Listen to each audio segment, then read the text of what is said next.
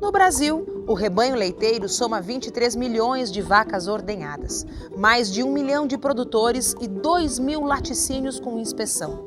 Números que fazem do nosso país o quarto produtor mundial de leite. Já em solo gaúcho, a atividade leiteira está presente em 94% dos municípios do estado. Só em 2016 foram produzidos aqui mais de 23 bilhões de litros desse alimento. Mas de que forma essa atividade pode se tornar cada dia mais qualificada? Um projeto aqui da UPF se dispôs a oferecer capacitação aos profissionais da cadeia produtiva do leite. Este é o tema do Universidade Aberta desta semana.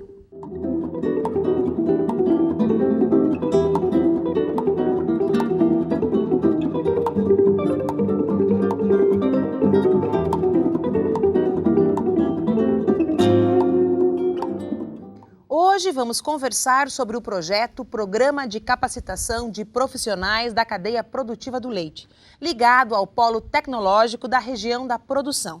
Preparar trabalhadores rurais nas diferentes atividades ligadas ao leite é o objetivo deste projeto, que compartilha o conhecimento de alunos e professores com os profissionais dessa área. Mas antes da nossa conversa, vamos conhecer a história e a rotina de um produtor rural do interior aqui de Passo Fundo, que está investindo na produção de leite.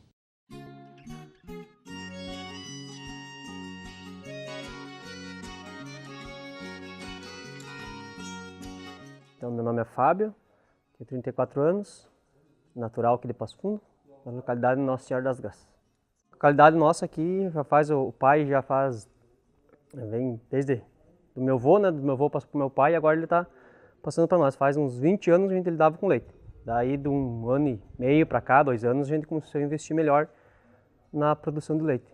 Geralmente eu acordo às 6 horas da manhã, 6h30, por aí, 7 horas a gente vem para a sala de ordenha, começa a ordenhar. Daí, mais ou menos umas 2 horas de ordenha, até lavar a máquina, equipamento, tudo. Elas vêm para a sala de trato, onde que são tratadas, da ração, tudo. E depois a gente começa a ir por 4h30 da tarde, 5 horas, de novo. É 2 ordenhas por dia a gente faz. Está dando em base de 500 por dia, mais ou menos, 500 dias. 480, 500 litros de leite por dia. Nós no início a gente nós compramos umas vacas, nós ordenhava 30 vacas num espaço muito, ia 3, 4 horas para ordenhar. Hoje então em 2 horas nem ali a gente conseguir ordenhar as vacas. Nós ampliamos o espaço aqui, fizemos uma sala de ordenha nova, fizemos construção para melhorar a qualidade do leite, investimos em vacas, eu faço inseminação, né? Então estamos melhorando a genética também. A sala de ordenha então, o espaço no que a gente tira as vacas são 6 vacas a cada lado, na verdade são 12 vacas que entram aqui, né? Daí é tudo canalizado, o leite vai direto dentro do resfriador. A Denise, ela é uma produtora rural, ela tem um laticínio, né, a Della Rosso, e ela entrega os produtos na região aqui de Passo Fundo e também faz ali na Gare, né? Ela vem um dia sim, um dia não pegar o leite, né? Daí nós tiremos, vai no resfriador, ele fica ali na temperatura exata e ela vem recolher uma vez, um dia sim, um dia não. Hoje a gente sempre está atrás de novidades, né? A gente vai em cursos, tem meu irmão que está fazendo veterinário, então para ajudar aqui, né, para melhorar, desde a parte de genética, alimentação, parte em tudo voltado ao leite, né? Eu fui trabalhar na cidade e voltei para fora. Daí eu falei, pai, a gente faz uma coisa para a gente se manter ou a gente ia trabalhar fora. Então o pai resolveu, nós fizemos um negócio daí e investimos aqui. É isso que me motivou também. E eu, além de tudo, eu gosto do que eu faço, né? Eu gosto de estar lidando com os bichos, gosto de lidar com as vacas, gosto do meu serviço. É puxado, não tem sábado, não tem domingo, mas é uma coisa que eu gosto de fazer.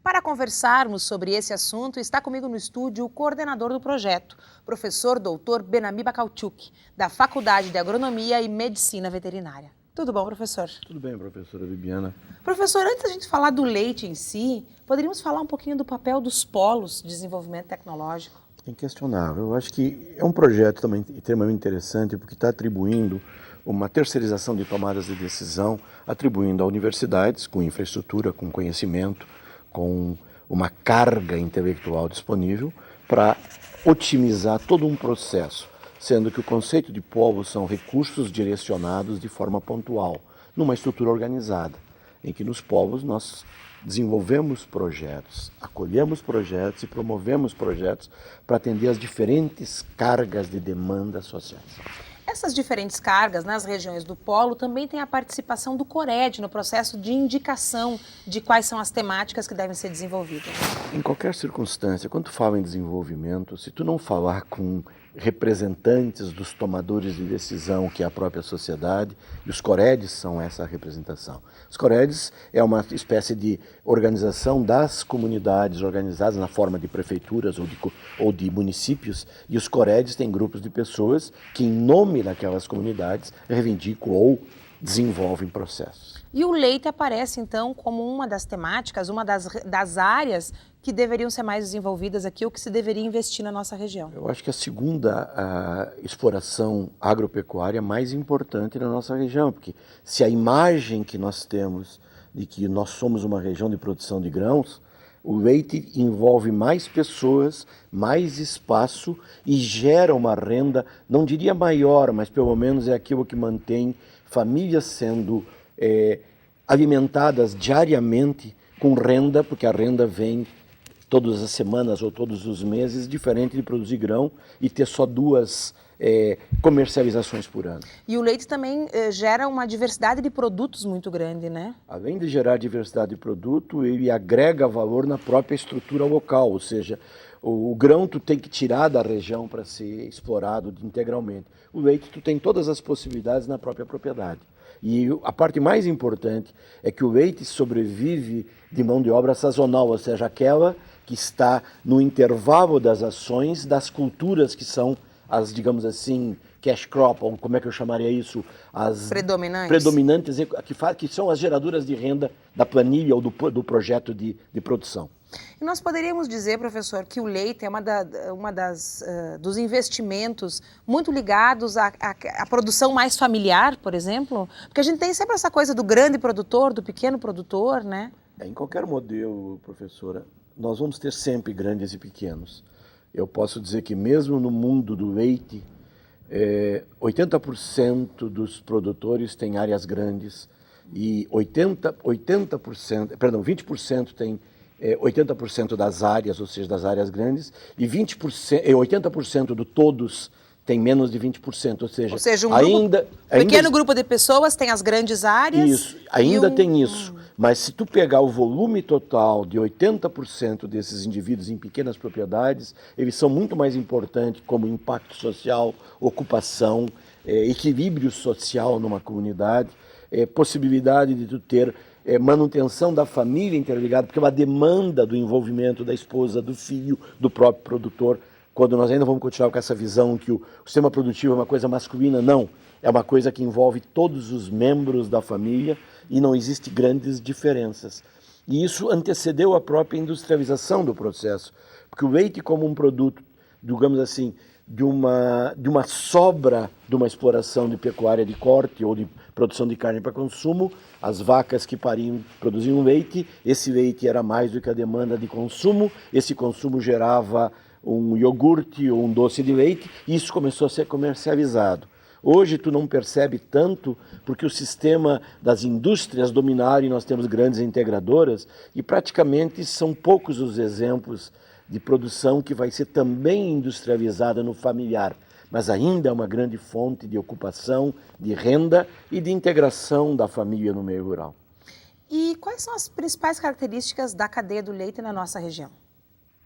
Pequenos produtores, áreas menores do que 15 hectares, em média 5 vacas em produção, nível educacional elementar incompleto. Houve uma pesquisa com esses produtores. O outro projeto que eu estou envolvido também. Que nós também já falamos aqui no Universidade Aberta. Que é o projeto do diagnóstico do município de Passo Fundo, mas o que nós temos são pessoas com idade já próxima a 70 anos, em média. Então nós estamos num envelhecimento muito grande e com um problema que me preocupa no futuro da produção leiteira é que em Passo Fundo, por exemplo, somente 18% das propriedades têm fios com intenção de estar lá dentro ou lá dentro. De continuar trabalhando com a cadeia. 82% das propriedades das famílias que estão no rural de Passo Fundo estão só o casal mais idoso, mais...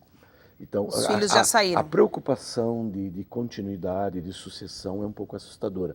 Não que nós estamos desistindo desses aspectos, como se nada mais vai acontecer. Vão retornar, os conflitos econômicos e sociais e políticos vão redirecionar, mas acima de tudo nós temos que estimular através de um projeto como esse projeto da Escola do Leite, uma percepção que dá para se agregar mais, dá para ser mais rentável, dá para se ocupar com satisfação. Tu vai se sentir mais importante num processo como um mero ordenhador, que é o que é mais problemático do processo. Professor, e antes da gente falar do projeto em si, vou tocar numa questão que para os telespectadores, para os leigos, pode ser uma questão bem delicada. A gente vem ouvindo falar sucessivamente, em alguns momentos mais pontuais, de problemas com o leite, né?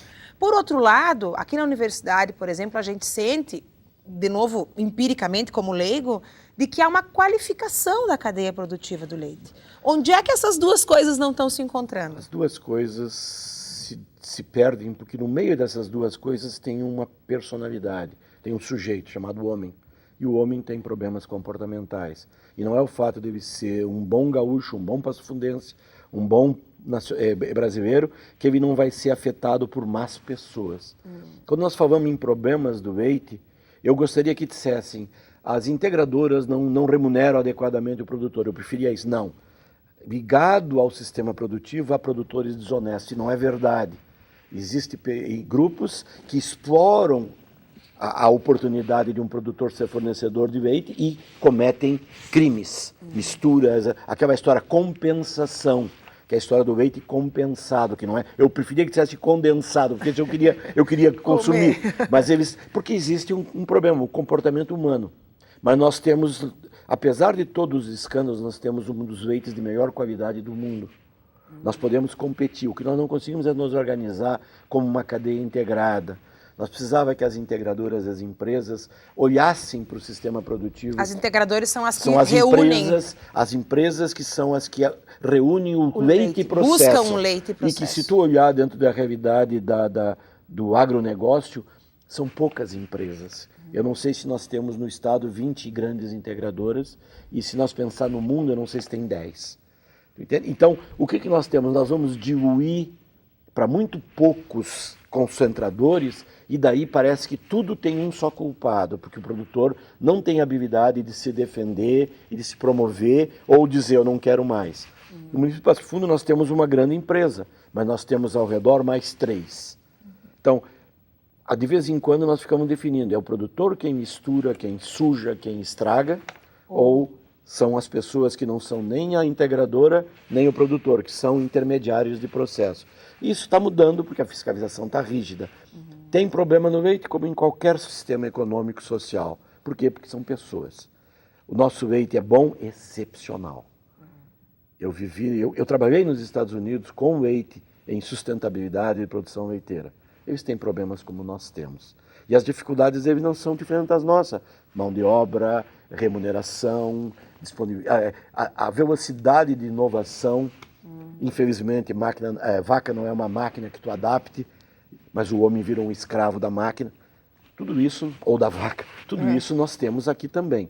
Então, eu não gosto de ouvir de forma pejorativa que nós temos problema com o leite.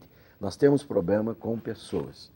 Faltam cadeias. Que afetam o leite como afetam todas as outras áreas. Faltam cadeias, só isso que eu posso te dizer. Bom, e depois do intervalo a gente volta falando um pouquinho mais do projeto e dessa questão tão importante que está na sua mesa todos os dias, o leite. Até lá. Então, no programa da Escola do Leite, eu participei ativamente tanto na produção de algumas cartilhas que eram entregues aos produtores e também nos treinamentos em algumas áreas específicas direcionadas à veterinária. Eu participava, então, junto com o professor que é um dos iniciantes, então, do programa, que era o professor Carlos Bondan, também então atuando nessa parte de treinamento aos produtores. Por participar, então, estar dentro do OPF, eu acho que é muito importante essa questão de transferência de tecnologias, ou seja, o que os professores, sejam eles mestres, sejam doutores, e a gente já tem na veterinária professores que têm então PhD, e acabam levando então aos produtores essa tecnologia que é desenvolvida dentro da universidade.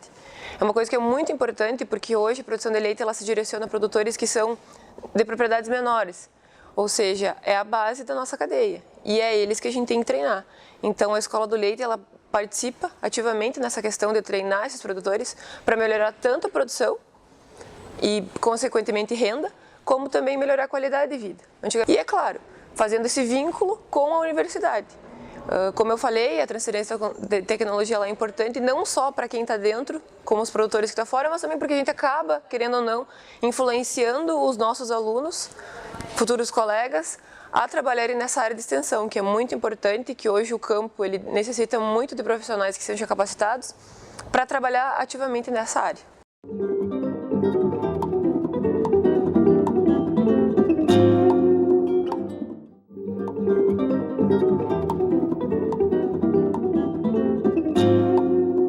A Escola do Leite, é um projeto que foi idealizado já faz algum tempo, né? Alguns anos, e a intenção foi tentarmos atender a algumas problemáticas que nós percebemos que estavam ocorrendo no campo, né? A nível de produtores, nas fazendas produtoras de leite. Entre elas, a baixa produtividade, a qualidade do leite.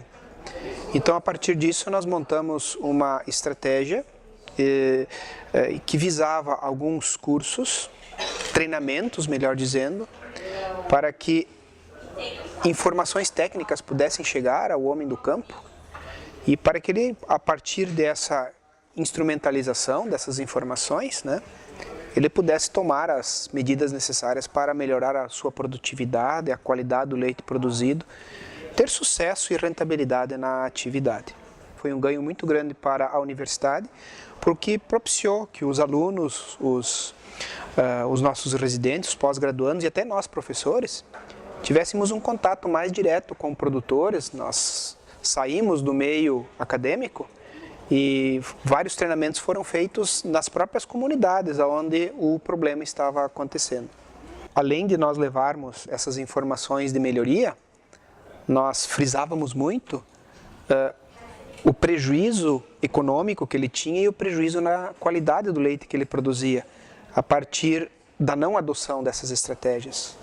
Então, é óbvio que a gente mostra e convence muito mais quando toca no bolso, né? Mas também mostrando para eles o leite como um alimento, né?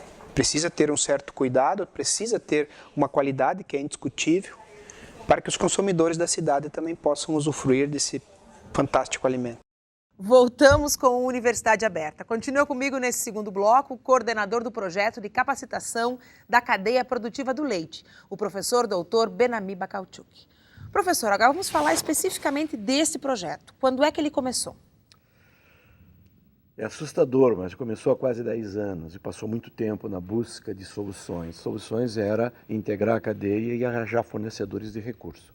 O projeto da cadeia do leite dentro dos polos se consolidou como um projeto da Secretaria de Desenvolvimento Social e Econômica do Governo do Estado, tendo iniciado ainda antes da mudança de governo, quando ela ganhou esse nome, através de um recurso que tinha para investimento em infraestrutura. A visão era criar uma escola com uma estrutura construída física, um prédio. Na época se imaginava algo em torno de 1.000 metros quadrados, que graças a Deus nós não fizemos, porque nós não temos que fixar um processo num espaço físico único. Então a ideia se consolidou com a possibilidade de tu ter uma itinerância e não um prédio. Mesmo assim, nós temos um local dentro do nosso CEPAGRO, nosso Centro de Pesquisa e Extensão da Faculdade de Agronomia e Medicina Veterinária. Nós temos um pequeno prédio com 100 metros quadrados construído, que são 2 salas de capacitação. O próximo passo é criar um centro de manuseio de animais para aulas práticas para produtores. Mesmo assim, nós criamos um método itinerante. Nós vamos através da demanda apresentada por grupos de produtores, de indústrias, de comunidades para se organizar. baseado naquilo que eles consideram fatores digamos assim, restritivos à evolução do processo. Então, eles é que fazem o contato hoje com a Escola do Leite? De certa forma, nós provocamos e eles confirmam. Sim, nós dependemos de uma aprovação. Eu tenho certeza que depois dessa série de quase 20 treinamentos que se fez, com 10 temas distintos e identificados por necessidade bem clara, foi identificado como necessidade premente, trazido pelo próprio sistema produtivo ou sistema industrial, agroindustrial, e até do sistema de consumo. Por exemplo, a questão que tu falou do leite compensado nos levou a nos preocupar com alguns elementos sobre o aspecto da manutenção, qualidade do leite, pós-ordenha até processamento final. Tudo isso surge primeiro, eles sabem que nós estamos disponíveis e nós sabemos que eles têm necessidade. Então, há uma provocação mútua. A cadeia compreende o que exatamente? Compreende desde os fornecedores de material genético, como raças ou grupos de animais com características desejadas, com maior qualidade genética, a produção de alimentos, produção de vacinas, produção de processos, conhecimento, o próprio sistema produtivo, a indústria de transporte, a indústria de beneficiamento, a indústria de processamento final e o consumidor.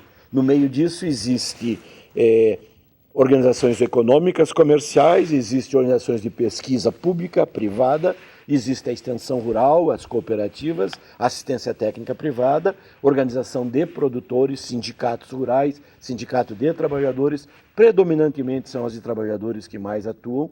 Depois nós temos organizações, o sindicato da indústria do leite e sindicato de grupos interessados como pequenas propriedades, cooperativa de trabalho, etc, etc. É muito complexa, né? É complexa. Mas vai até restaurantes, consumidores finais. Só para lembrar aqui, num dos programas sobre os polos, nós tratamos do soro do leite. O que é feito com o soro do leite, que é o que é usado para fazer o queijo. Ou seja, isso tudo faz parte da mesma cadeia. Usa-se para fazer o queijo, mas ele é um excedente também. Ele é um excedente do queijo, mas ele vai ser né? usado para alimentação de terneiros, ele vai ser usado como fertilizante, ele vai usar como meio de cultura para pesquisa, ele tem muitas utilidades. O que ele tem que sofrer é todo um cuidado, que começa quando tu escolhe uma vaca, quando tu seleciona um estábulo, seleciona um manejo, tudo isso, tudo que tu fizer errado, desde a escolha da vaca até a hora que tu vai tentar usar o soro, tu está acumulando de problemas.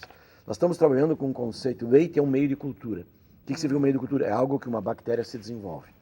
Ele é um alimento para, vamos chamar a palavra essa, micróbios, que é o que nós todos entenderíamos. O vulgar, né? O vulgar. Então, tu tens que pensar em tudo isso. Até o soro, que para alguns seria uma coisa para jogar fora, um rejeito, é uma coisa para ser excluída, ele é fundamental porque ele tem valor econômico. Não, e na entrevista com o professor Vandré, né, nós aprendemos que, na verdade, ele é riquíssimo em proteínas, né? Em proteínas, em vitaminas, em sais minerais, não pode ignorar. Ele é um alimento excelente para complementar a ração de vacas, para a ração de terneiros. E para a produção de alimentos, porque o professor disse que tem um projeto de produção de bebida láctea que está, inclusive, sendo patenteado. Na verdade, o que é uma bebida láctea?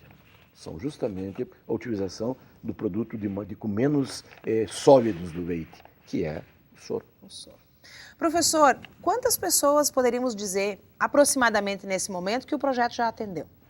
Diretamente 590 pessoas, através de 19 reuniões com palestra. Todas essas pessoas vieram espontaneamente ou organizadas por indústria, por EMATERES, por sindicatos rurais, por prefeituras, secretarias de agricultura e até por amigos de amigos que ouviram e quiseram ver. Teve alguns dos treinamentos, nós tínhamos proposto a 10 treinamentos para 50 pessoas cada um. Nós tivemos problemas de treinamentos que nós tivemos 10 pessoas e tivemos treinamentos que também foram um problema que tinham 100 pessoas.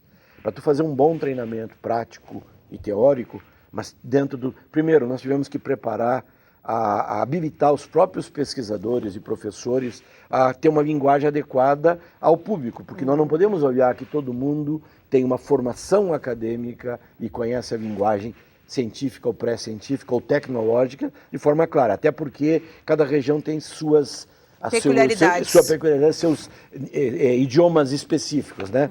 Então, os dialetos específicos. Então, nós tivemos que nos preparar para isso.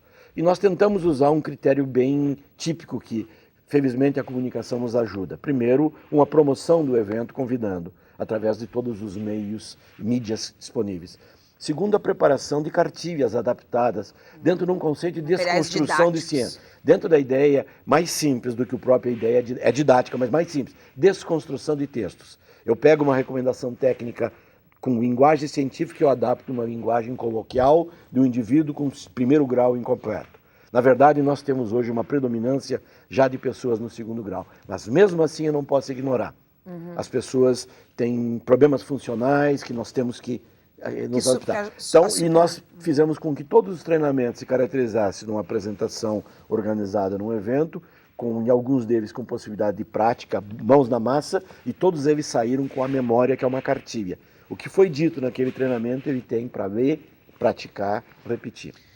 A médio prazo, nós poderíamos falar sobre o impacto dessas oficinas na cadeia produtiva? Nós já tivemos produtores dizendo assim, opa, eu já sei onde eu tenho que me controlar para poder interpretar aquelas análises de misturas ou de quantidade de bactérias ou de seres biológicos fora. Quando a integradora me diz que o meu leite tem uma classificação menor, eu fico bravo. Agora eu sei o que tem de errado e, acima de tudo, eu sei como minimizar. Ou seja, grande parte dos produtores já olham em otimização. Em termos de utilização de alimentos, nós estamos fazendo uma racionalidade tremenda das alternativas.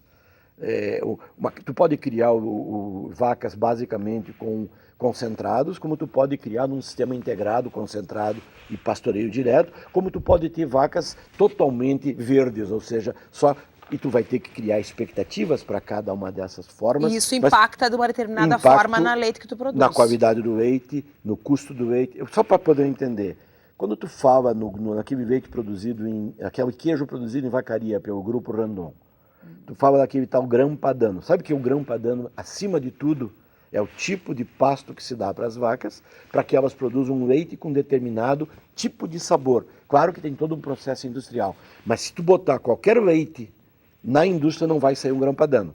Então, isso vem de uma tradição... Que é um tipo de queijo? É um queijo, para muitos de nós, o grão padano vai ser um parmesão. É um queijo duro, salgado, excepcionalmente saboroso, pensando como, no nosso tempo, professora Bibiana, para um bom aperitivo com algum álcool, maravilhoso. Não é o queijo para fazer sanduíche, mas para botar numa massa ralada, ele é maravilhoso. Mas para produzir precisa de um tipo de alimentação específica. Então, tudo isso foi colocado nessas capacitações.